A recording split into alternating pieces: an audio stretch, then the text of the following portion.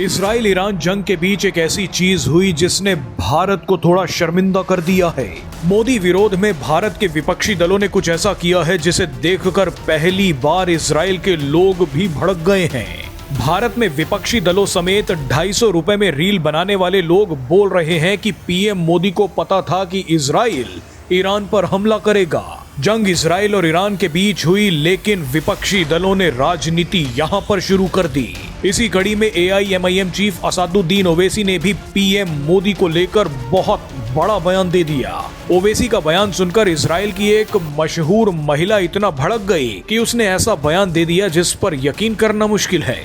Israeli महिला ने जंग पर भारत में राजनीति करने वाले लोगों को क्या कहा है वो आपको आगे दिखाएंगे, लेकिन उससे पहले ये तो देख लीजिए कि असदुद्दीन ओवैसी ने पीएम मोदी को लेकर क्या कहा है।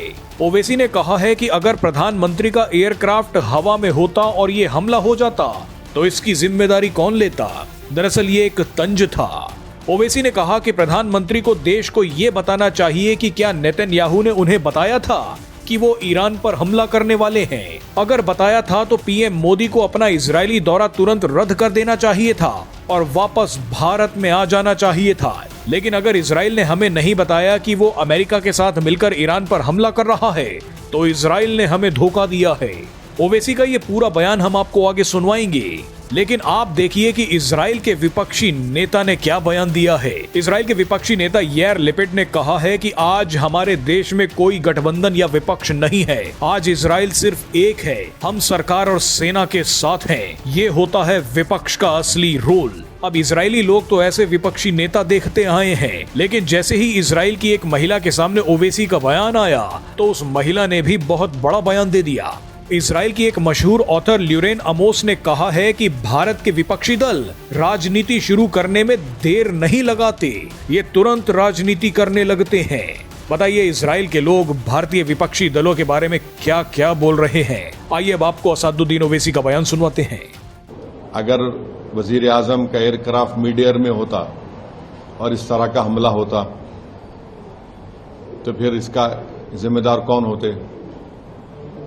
और वजीर आजम को, प्रधानमंत्री को देश को बताना है कि क्या नेतन्याहू ने उनको ये बताया था कि इजराइल ईरान पर हमला करने वाला है, और अगर बताया था तो फिर वजीर आजम को चाहिए था कि वो फौरन, प्रधानमंत्री को चाहिए था कि फौरन अपना इजराइल का दौरा खत्म करके देश को वापस आते।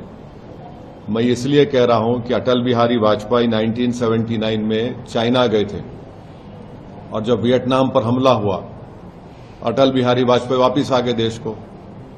और अगर इजराइल ने नहीं बताया कि वो यूएस के साथ मिलकर ईरान पर हमला कर रहा है तो फिर ये तो इजराइल ने हमको धोखा दिया। देश के 133 करोड़ जनता को इजराइल ने, भारत की, धोखा दिया है, बिट्रे किया है। उन्होंने प्रधानमंत्री के विजिट को इस्तेमाल किया है ईरान पर अपने एक वल्गर अटैक के लिए, और उन्होंने प्रधानमंत्री के विजिट को इस्तेमाल किया है ईरान पर हमला करने के लिए, और जो जेनोसाइड उन्होंने फलस्तीनियों का किया है गाजा में उसको कवर अप करने के लिए।